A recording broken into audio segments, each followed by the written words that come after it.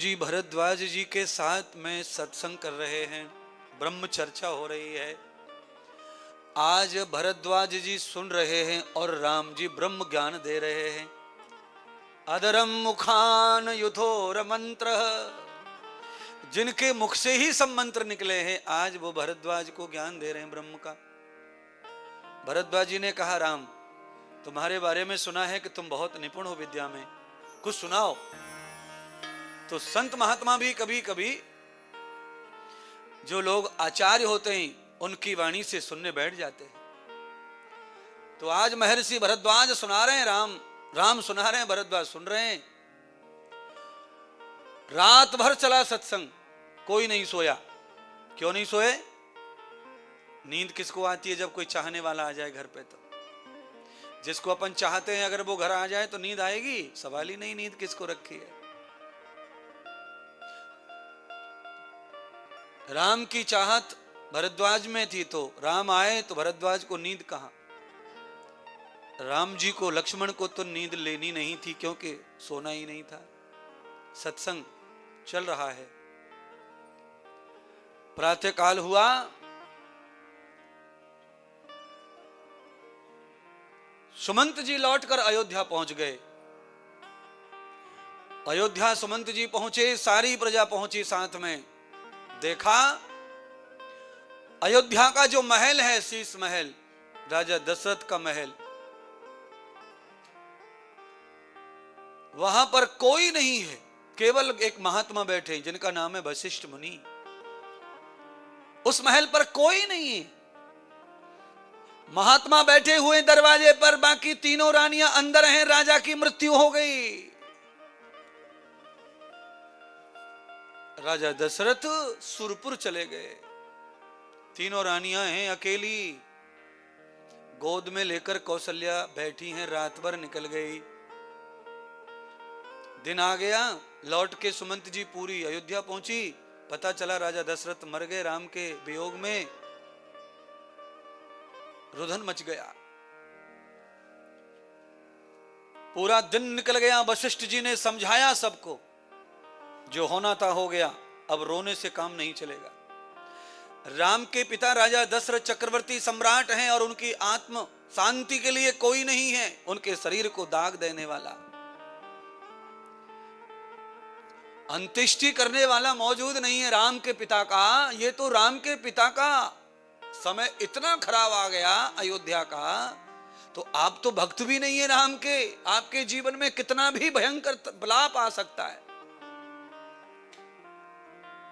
इसीलिए हर समय तैयार रहना चाहिए विपत्ति के लिए। इतनी सावधानी, नियोजन दिल दिमाग की करके चलो। राम के घर में ऐसा संकट आ सकता है, अर्थात कर्म का फल राम को पाके भी राजा दशरथ का नहीं छूटा। राम यही बताने आए हैं मनुष्य अवतार लेकर। आज राजा दशरथ को पुत्र के वियोग में मृत्यु क्यों आई?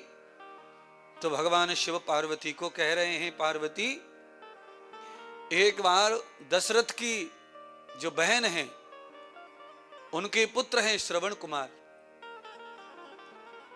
माता पिता दुर्भाग्य से दोनों ही अंधे थे, तो माता पिता का कल्याण करने का काम पुत्र का है, पर पुत्र 99% में मेहनत करे, पुरुषार्थ करे कि माता पिता का जीवित पर कल्याण करे। कैसे होगा जीवित कल्याण? पुत्र के माध्यम से, कि माता पिता पैरों से, आंखों से, कानों से जब असूज हो जाए, बुढ़ापा घेर ले, तब उनको संपूर्ण तीर्थों का दर्शन कराना चाहिए। श्रवण कुमार वही कर रहे थे। अपने माता पिता का कल्याण करने के लिए बुढ़ापे में श्रवण कुमार जो है तीर्थ करा रहे थे। कंधे पर रखकर कावड़ में बिठा लिया। कंधे पर पहले साधन थे, पर यात्रा का पुण्य पैदल मिलता है अधिक। किसी भी तीर्थ तक जाने के लिए साधन का उपयोग ठीक है, पर तीर्थ में अंदर प्रवेश होकर के फिर पैरों का ही प्रयोग करना उचित है। आप जितने नंगे पैर तीर्थ में रहते हैं उतना प्रभु प्रसन्न होते हैं और आपको पुण्य पुण्य प्रदान करते हैं। क्यों? वही बात है, रज ब्रज रज राम रज, जहां राम खेले कृष्ण खेले वो मिट्टी आपके पापी शरीर को टच होगी तो हो सकता है ये शरीर की मिट्टी भी पवित्र हो जाए। और जब मरने के बाद शरीर मिट्टी हो जाता है तो दूषित मिट्टी कहलाता है। दूषित मिट्टी, सब लोग छूते नहीं मरे आदमी को, सब दूर दूर बैठते हैं। आप भी वही हैं, आप भी जाते हैं मरे गिरे में तो, और आप दूर बैठते, दूर दूर दूर दूर, टच नहीं करते उसको। क्यों? कुछ तो दोष आ ही जाता है ना, दूषित। तो मृत्यु के समय मिट्टी दूषित होगी, उससे पहले ये शरीर पवित्र हो जाए राम रज से। इसीलिए तीर्थ में नंगे पैर ही यात्रा दर्शन करना चाहिए।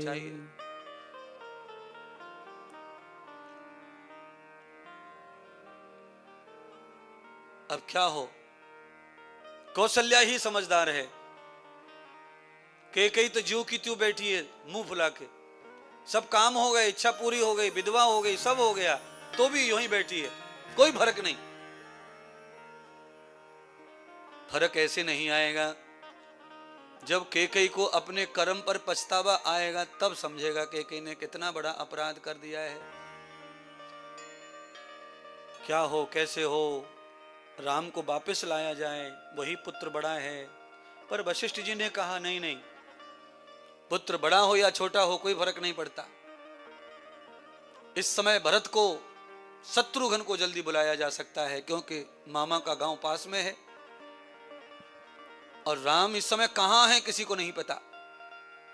तो शीघ्र विमान से भरत और शत्रुघ्न को हम बुलाया गया। भरत विमान से नीचे उतरे तो भरत ने, विमान से नीचे उतरकर भरत ने केवल राम की डिमांड की ही, रामस्य युक्ताम न पद युक्त दर्श्यम। कहां है राम भैया, मुझे उनके पैर छूना है। भैया राम कहां है, इतने दिन हो गए राम जी से दूर हुए, न पिता का ध्यान, न मां का ध्यान, न लक्ष्मण का, और गुरु जी का भी नहीं। राम राम राम राम राम। अब सारी जनता जो है देख रही है भरत की ओर, पर कोई कुछ कहता नहीं है। भरत अयोध्या के महल तक चले गए, पूरा गांव सुमसाम। ऐसे कैसे हो सकता है, मैं आऊं और भैया राम मुझे लेने घर के बाहर न खड़े होते, ऐसा हो नहीं सकता है। सबसे ज्यादा विश्वास करते थे भरत किसके ऊपर, कौशल्या के ऊपर। वहीं गए, कौशल्या के महल में गए, कौशल्या का रूप देखा तो कुछ तो समझा भरत ने। थोड़ी में हाथ डालकर गले से मिलकर कहा, मां तुम ही हो जो मेरे दिल का भाव समझ रही हो, मुझे सच बताओ क्या हुआ है। भैया कहां है, भाभी कहां है, लक्ष्मण दिख नहीं रहा, पिताश्री नहीं है, राजगद्दी राज्यसभा सब सुनी पड़ी है, क्या हुआ है, कुछ तो कहो।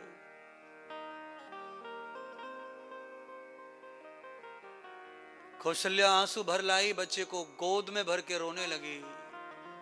कैसे बताऊं पुत्र को कि तेरी मां की वजह से ये हुआ। नहीं बताया। कौशल्या कुशल थी ना, इसलिए नहीं बताया। कौशल्या ने कहा यह विधि का विधान है। कौशल्या बता नहीं पा रही है, मां है ना, ज्ञानी है, तो क्या हुआ। गुरु वशिष्ठ जी आए, कौशल्या और भरत को अलग अलग किया, आंसू पहुंचे। भरत को साइड में लेकर कहा, पुत्र तुम्हारे पिता राजा दशरथ नहीं रहे, आज तीसरा दिन है, उनका शरीर महल में पड़ा है। भरत ने सुना जरूर गुरुजी के मुंह से कि पिताजी नहीं रहे, पर कुछ टेंशन नहीं लिया। केवल एक ही टेंशन, भैया कहां है, राम कहां है, राम कहां है, राम कहां है। पिताजी का ऐसा हुआ है, राम कहां है, फिर भैया कहां है। वशिष्ठ जी ने कहा कि बताना ही पड़ेगा। बंधुओं, जीवन में गुरु क्यों जरूरी है, इसलिए जरूरी है। घर में जब ऐसा संकट आता है ना, तो घर के लोग तो मर ही जाते हैं बिना मरे, ऐसी जरूरत में, ऐसी स्थिति में कोई ज्ञानी, कोई तपस्वी ही तुम्हें संभाल सकता है और सबकी देख रेख कर सकता है और यथार्थ विधि से सबका कल्याण भी कर सकता है। अगर आज वशिष्ठ ना होते तो भरत न जाने कौन सा बम फाड़ता, भगवान ही जाने। वशिष्ठ ने सब कथा सुनाई। पुत्र, क्रोध को शांत करो और तीव्रता दुख की मत करो। विधि का विधान, कैकेयी माता के वचन को पूरा करने में राजा दशरथ ने, राम को राजा बनाना था, राम राजा बने नहीं। तुम्हारी मां कैसे अचानक उनका स्वभाव बदल गया और तुम्हें राजा बनाने की जिद करने लगी, तो आपको राजा बनाने की बात भी फिक्स हो गई। पर उन्होंने आखिर में एक शब्द ऐसा कह दिया कि राम को 14 साल का वन भेजो। तो राम अपने पिता के वचन को पूरा करने के लिए वन चले गए और आज राम जी को भी चौथा दिन है और 3 दिन तुम्हारे पिता को गए हो गए। बड़ी समस्या आ चुकी है पुत्र। इस समय क्रोध मत करो, शांत होकर पहले अपने पिता का दाह संस्कार करो और फिर हम सब लोग वही करेंगे जो तुम चाहोगे। पर भरत तो बिल्कुल कूद रहा है, ना मैं मार डालूंगा उसे। अब भरत अपनी मां का दुश्मन हो गए।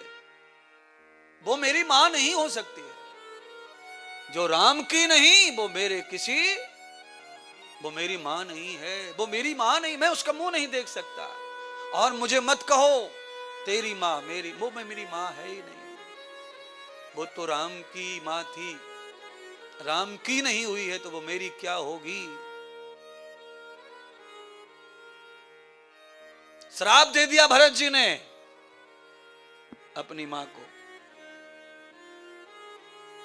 श्राप क्या दिया? बधितोर भास्करम तृष्टां आभ्याम लघुमानव यधरस्ततिष्ठ धेनूनां प्रपादयुक्तम उत्तिष्ठताम्। जो प्राणी उगते हुए सूर्य की तरह खड़े होकर के पेशाब करता है या बैठी हुई गाय में लात मार के उठाता है, उसको जो ब्रह्म पाप लगे वही उसको पाप लगना चाहिए जिसने मेरे भ्राता राम को वन भेजा है। वशिष्ठ मुनि ने मुंह पकड़ लिया। पुत्र भरत, भरत, ये श्राप ऐसा मत दो, तुम्हारी वाणी सत होगी, ये सब तुम्हारी मां को लगेगा, ऐसा मत करो पुत्र। समझो जो कुछ हुआ है वो सब भगवान की विधान से हुआ है। पहले अपने पुत्र होने का धर्म निभाकर पिता का संस्कार करो और हम वचन देते हैं कि हम राम को वापस लेके आएंगे और तुम्हारे साथ चलेंगे। तब भरत जी की कुछ समझ में आया। भरत जी ने पिता राजा दशरथ को अंतिम संस्कार किया और संस्कार करने के बाद तत्काल कहने लगे चलो राम जी को लेने चलो। विश्वामित्र माफ करना, वशिष्ठ जी ने कहा पुत्र कम से कम 10 दिन शोक करो फिर चलेंगे। 10 दिन जो कर्म होते हैं सब कर्म किए गए। गाय की पूजा हुई, दीन दुखी ब्राह्मणों को भोजन कराया और ये विधि करके संपूर्ण अयोध्या भरत के साथ चल पड़ी। कैकेयी की हिम्मत नहीं हो रही है जाने की और न रुकने की। कैकेयी मझधार में है, न इधर न उधर। जब आदमी स्वार्थ में आकर के भगवान के साथ या किसी अच्छे के साथ ऐसी गद्दारी करता है तो आगे भंवर में वो खुद ही पड़ जाता है। कैकेयी रो रही है। अब कैकेयी को कुछ समझ में नहीं आ रहा है। अब कैकेयी कह रही है कि मेरे पेट से पैदा हुआ मेरा मुंह देखना चाहता नहीं और जिसे मैंने वन भेज दिया है वो एक शब्द में सब छोड़ के चला गया। मैं कहां जाऊं? जिस राम की वजह से भरत मुझे चाहता था आज वो राम चला गया तो भरत ने भी मुझे मां नहीं माना और मैं मां अगर नहीं हूं तो मैं तो मर जाऊं। मैं क्या करूं? अब कैकेयी को राम की याद सता रही है। सम्मा सम्मा में रंग आता है, सम्मा बुझ जाने के बाद। जब कोई हमारे बीच में रहता है तब तो कुछ लगता नहीं, पर जब वो हमसे दूर चला जाता है फिर लगता है। अब कैकेयी को राम की पहचान हो रही है कि राम कैसे हैं और भरत कैसे हैं, मेरा पुत्र कैसा है। वो तो राम का ही है, मेरा कोई नहीं इस घर में। और मेरा जो था मैंने उसे खुद के हाथों से बाहर कर दिया। मेरा तो राम ही रखवाला था और वो वही मेरी केयर करता था, और मैंने क्या कर दिया। अब तो रो रही है कैकेयी। अब कैकेयी ये सोच रही है कि क्या हो रहा होगा राम सीता का। वो तो ऐसे सुख में रहते थे, वो जंगल में कैसे रहते होंगे, सीता कैसे रहेगी। मैंने बड़ा अपराध किया कन्या के ऊपर, मेरी तो कन्या भी नहीं थी। राजा जनक हमें क्या कहेंगे।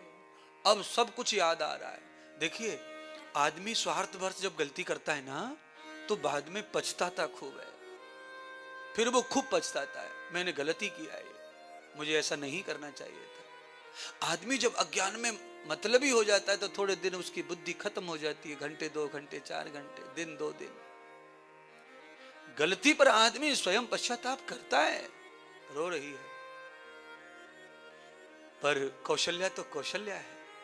कौशल्या ने कैकेयी को बगल में दबाया और कहा, बहन तेरा क्या दोष है इसमें, ये तो सबके कर्मों का दोष है, तेरा कोई दोष नहीं है। तू चल, तू जानती ना राम को, राम तुझसे मुख नहीं मोड़ेंगे। राम जैसे पहले थे वैसे ही है राम तेरे लिए, तू चल। कैकेयी को छुपाकर रथ में बिठा लिया कौशल्या ने। बोलो किसी के पुत्र को वन भेजने के बाद उसकी माँ कैकेयी को क्या करती, पेट्रोल डाल के कब की जला देती कोई होती तो आप में से। सिया राम लखन मेरे बेटा।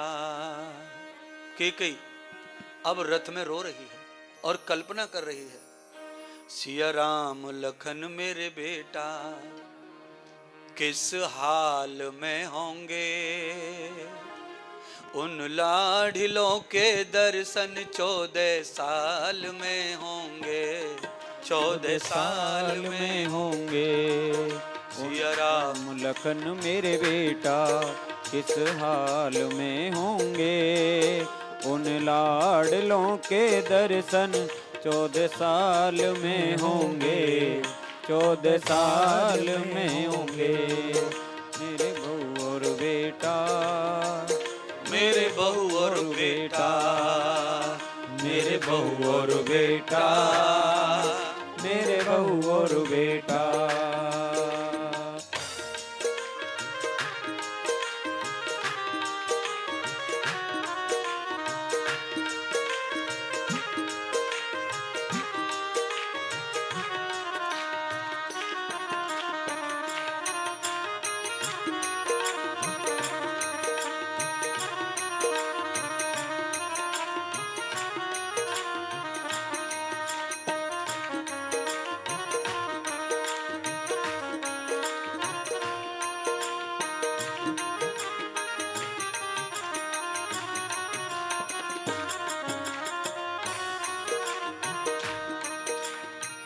कौशल्या के गले से लिपट गई और कह रही है, पछता रही हूँ आज मैं घर से निकाल के, पछता रही हूँ आज मैं घर से निकाल के, पछता रही हूँ आज मैं घर से निकाल के, पछता रही हूँ आज मैं घर से निकाल के।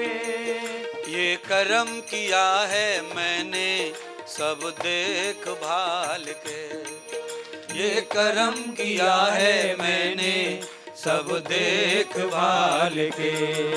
मेरे बहू और बेटा, मेरे बहू और बेटा, मेरे बहू और बेटा, मेरे बहू और बेटा।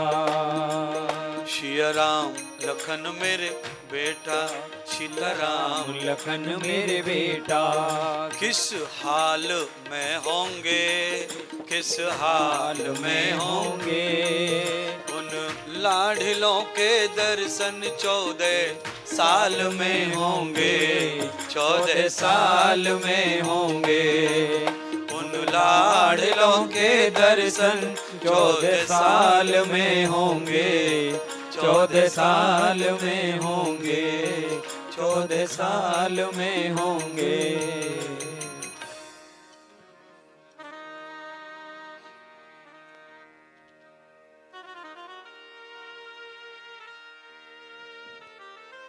भरत ने सुमंत जी से पूछा,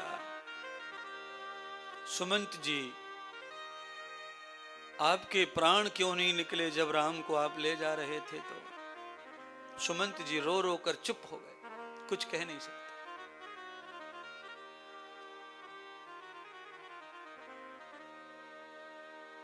सब रथ में बैठ गए,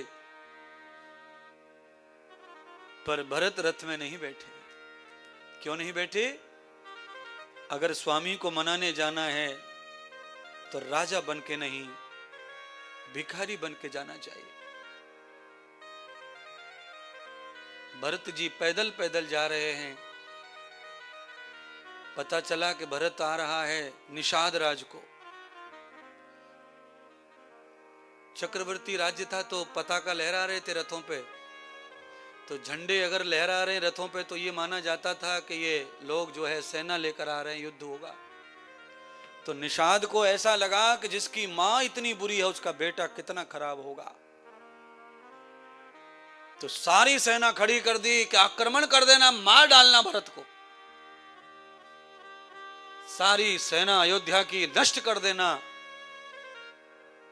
इन पापियों का पेट नहीं भरा अभी तक। राम को वन भेज दिया, वो चैन से जहां भी होगा वहां भी मारने लड़ने जा रहे हैं, ऐसा मन में भ्रम हो गया निषाद के। निषाद ऊंचे स्थान पर खड़े थे सेना लेकर, तो दूर से समझ में आया तो सेना खड़ी की। निषाद ने कहा कि अपनी तरफ से बाण चलाना नहीं, पहले देखने दो, नजदीक आने दो वो क्या करते हैं। त्रविधम न दृश्यम न पादमूलम। जिसके लिए निषाद के मन में कपट और दुश्मनी आ रही थी, उसको पैदल निहत्थे देखा भरत को। रथ में देखा, दूरबीनें लगाई, उस समय भी थी। तो वशिष्ठ मुनि रथ में बैठे हैं, कौशल्या रथ में बैठी है, सुमित्रा केकई सब बैठे हैं, पर भरत और शत्रुघ्न दोनों पैदल पैदल जा रहे और रो रहे। निषाद ने निकट से देखा कि रो रहे सब, तो कान पकड़ के मरोड़े अपने और कहा कि सब लोग फेंक दो हथियार। जो हम सोच रहे थे वो सत्य नहीं था, सच कुछ और है। सुमंत जी ने भरत जी को सब दृष्टांत कह दिया था कि राम जी के लिए निषाद ने ये सब किया था। तो भरत जी सबसे पहले निषाद के चरणों में लेट गए, प्रणाम किया और कहा, अरे भैया निषाद, मैं वह पापी भरत और मैं दुर्भाग्य से भरा हुआ भरत, इतना मैंने पाप किया है कि मैंने ऐसी औरत के पेट से जन्म लिया, जिसने मेरे परमात्मा, मेरे भगवान, मेरे भ्राता को वन भेज दिया। तुम कितने महान हो, तुम कितने सौभाग्यशाली हो कि तुमने भगवान के लिए कुछ तो किया और तुम्हारे यहां भगवान एक दिन रुके। मेरा तो भाग्य इतना फूटा है कि प्रभु ने मुझे बताया तक नहीं और मुझे तो पूछा ही नहीं। निषाद के गले लग लग के रो रहे हैं और कह रहे हैं तुम बहुत धन्य हो। सुमंत जी ने वो भी बताया पत्थर, ये पत्थर वो है जिस पे राम जी रात भर सोए। भरत जी ने पत्थर को प्रणाम करके उठाकर वस्त्र से ढक कर रथ में रख लिया। क्यों? भरत ये सब जानते हैं कि उनके शरीर से जो कुछ धरती पर छू जाता है वो साक्षात राम ही बन जाता है। तो ये दुनिया में जितने पत्थर हैं सब ये राम का ही रूप है। मूर्ति बन गई फिर तो कहना क्या। भरत चल पड़े, केवट के पहुंचे पास। भरत ने केवट को प्रणाम किया और सब चीजें वही की। केवट जब देखने लगे कि ये सब लोग रो रहे हैं, गलती हुई है सबसे, तो पश्चाताप कर रहे हैं, सबको जल्दी से पार उतारे। तो केवट की जो नाव है जिसमें राम गए हैं, भरत उस नाव में नहीं बैठे। और भरत ने कहा, भैया केवट, हम आपको सोने की नाव दे सकते हैं, पर इस नाव में किसी का चरण नहीं पड़ना चाहिए। क्यों? क्योंकि इसमें तो लक्ष्मी नारायण के चरण पड़े हैं ना। तो अब किसी यात्री पापी के पैर मत डालो, आप हम सब नाव देंगे। भरत ने नाव को भी रिजर्व कर दिया, रख दिया। दूसरी नौकाओं से गंगा पार हो गए। और भरद्वाज का आश्रम थोड़ा सा ऊपर था पहाड़ पर, तो दूर से लक्ष्मण को नजर पड़ा कि पब्लिक आ रही है, रथ आ रहे हैं और झंडा तो अयोध्या का है। लक्ष्मण के मन में भी वही क्रोध भरत के लिए जो निषाद के था। धनुष उठा लिया अचानक और तान कर मारने के लिए आतुर हो गए। जिंदा नहीं छोड़ूंगा भरत। राम को पता चला लक्ष्मण को क्या हो गया है। आए, लक्ष्मण का धनुष बाण सब छिना लिया। क्या हुआ है? किस पर चीख रहे हो, चिल्ला रहे हो? कहा, देखो भैया, उसकी मां ने तुमको वन भेज दिया और वो खुद सेना लेकर यहां भी हमसे लड़ने आ रहा है। वो इतना मतवाला हो गया है, मैं जिंदा नहीं छोड़ूंगा आज उसको। भरत का नाम सुनते ही राम खड़े होकर जब देखा रथ और भरत सबको, तो लक्ष्मण को कहा, मूर्ख, तूने भरत के ऊपर संशय करके अपनी भक्ति में दाग लगा लिया। लगता है तू मेरा भक्त नहीं है। तू जानता नहीं भरत कौन है। तू गद्दारी कर सकता है मेरे साथ, पर मेरा भरत कभी गद्दारी करने वाला नहीं है। लक्ष्मण जी को जब राम जी ने ऐसे शब्द बोले कठिन, तो लक्ष्मण धरा का धरा रह गया। तब राम जी ने कहा कि देख, भरत पैदल आ रहा है। तो यहां भरत जी को राम जी ने संत की उपाधि दी है कि भरत संत है। उसे धन दौलत वैभव सम्मान प्रतिष्ठा कुछ नहीं चाहिए। बचपन से हम जानते हैं। नजदीक हो गए, भरत लक्ष्मण आदि सबका मिलन हुआ। भरत जी चीख कर रोते हुए भगवान के चरणों में गिर पड़े और पागलों की तरह एक ही बात बार बार कह रहे थे, भैया मेरी मां के साथ मैं नहीं हूं, मुझे कुछ नहीं पता उसने ऐसा क्यों किया है। आप मेरा विश्वास करो, मैं आपका हूं। मेरी मां ने जो किया है, मैंने मां का त्याग कर दिया और मैंने उसे श्राप दे दिया। मुझे शरणागति दो, मैं सब छोड़कर आपके साथ रहने के लिए, आपको लेने के लिए आया हूं। उस राज्य पर, उस गद्दी पर सिर्फ आपका ही अधिकार है। मैं तो आपके चरणों का दास।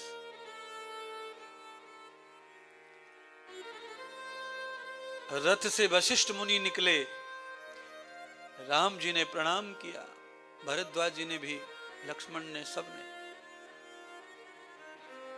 फिर कौशल्या निकली, सुमित्रा, और डर डर के कैकेयी भी बाहर आ गई। कौशल्या निकाल के ले आई, चलो। तो राम जी ने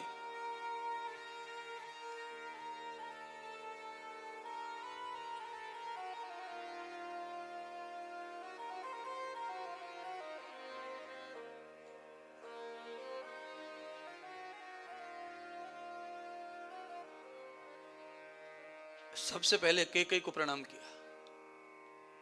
वैसे धर्म तो यही है कि बड़े को प्रणाम पहले करते हैं।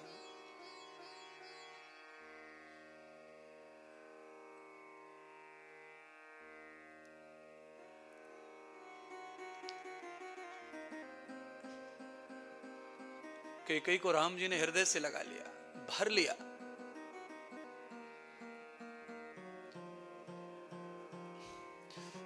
कैकेयी जो कल्पना कर रही थी, सारी कल्पना खत्म कर दी।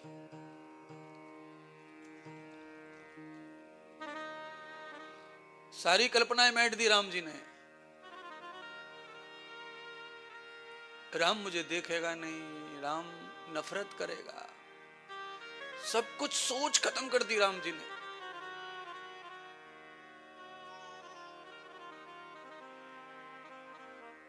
और कहा, मां मेरे प्रति तनक भी खेद मत करो, मेरा तो रोम रोम आपका ही है।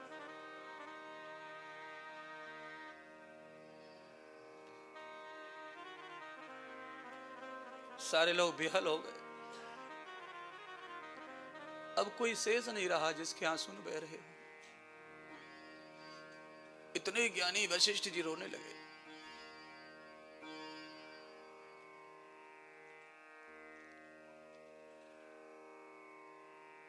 अंतिम वशिष्ठ और केशवी ने मिलकर कहा, राम अगर तुम ऐसे ही दयालु हो, सबको जीवित चाहते हो तो चलो लौट कर।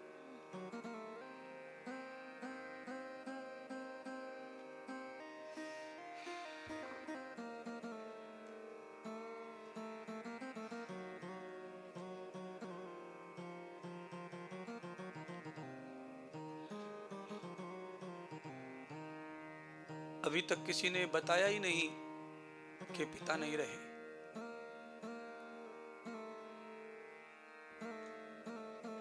पर राम जी ने तो अंतर्यामी सब भांप लिया अपनी मांओं का भेष देखकर। पिता के लिए शोक करने लगे। कौशल्या वशिष्ठ सब समझाने और कहा, राम चलो बस, तुम्हारे बगैर अब कोई रह नहीं सकता।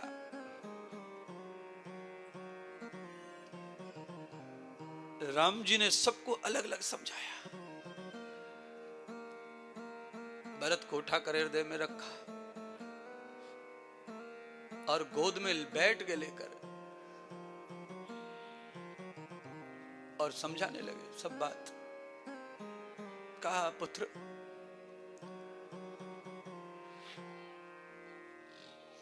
तुम सब जानते हो, ज्ञानी हो, हमारे कुल का और हमारे वंश का धर्म है माता पिता के वचन का पालन करना।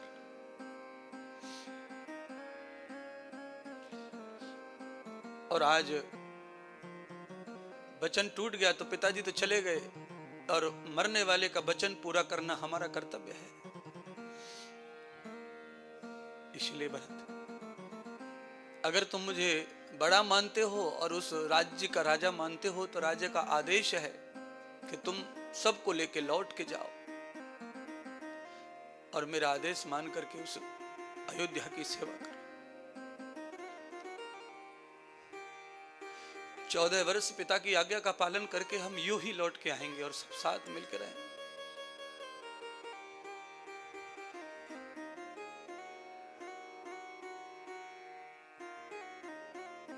कोई मार्ग दिखता नहीं किसी को। बहुत कुछ लिखा है रामायण में। तो कहते हैं कई माताएं गर्भवती थी, उनके गर्भ गिर गए। भरत और राम जी का ये देख करके दशा, इतना दुख हुआ कि गर्भपात हो गए, बच्चे गिर गए पेट से। पर राम जी ने वचन और मर्यादा का पालन करते हुए सबको समझाया और कहा, गुरुदेव आप रास्ता निकाल। हम तो सब बहक गए। अब राम कहते मुझसे भी नहीं रहा जाता, मैं भी अब अलग नहीं रह सकता, पर आप परिवार का पालन हो और धर्म की रक्षा हो, वचन का पालन हो, ऐसा कुछ करो। तो वशिष्ठ जी ने मार्ग निकाला, सबको समझाया, सबको धैर्य बंधाया और राम जी से कहा, राम हमारे शास्त्रों में ऐसा लिखा हुआ है कि गुरु की और भगवान की जो चरण पादुका है उसको ही पूर्ण ब्रह्म मान करके उनकी सेवा पूजा मानकर करना चाहिए, तो साक्षात हमें उसका ही फल मिलता है। तो तुम अपने चरणों की पादुका हमें दो भरत को, और भरत इन चरणों में ही आपको देखेगा और इन चरणों से अयोध्या का पालन हो जाएगा। तो श्री भरत जी को राम जी ने अपनी चरण पादुका दे दी, और आज से भरत जी चरण पादुका को सिर पे धारण कर लिए। राम आज से पूरी तरह पैरों से नंगे हो गए।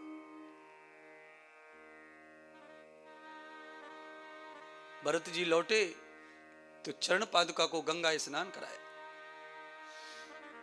गंगा से अभिषेक हुआ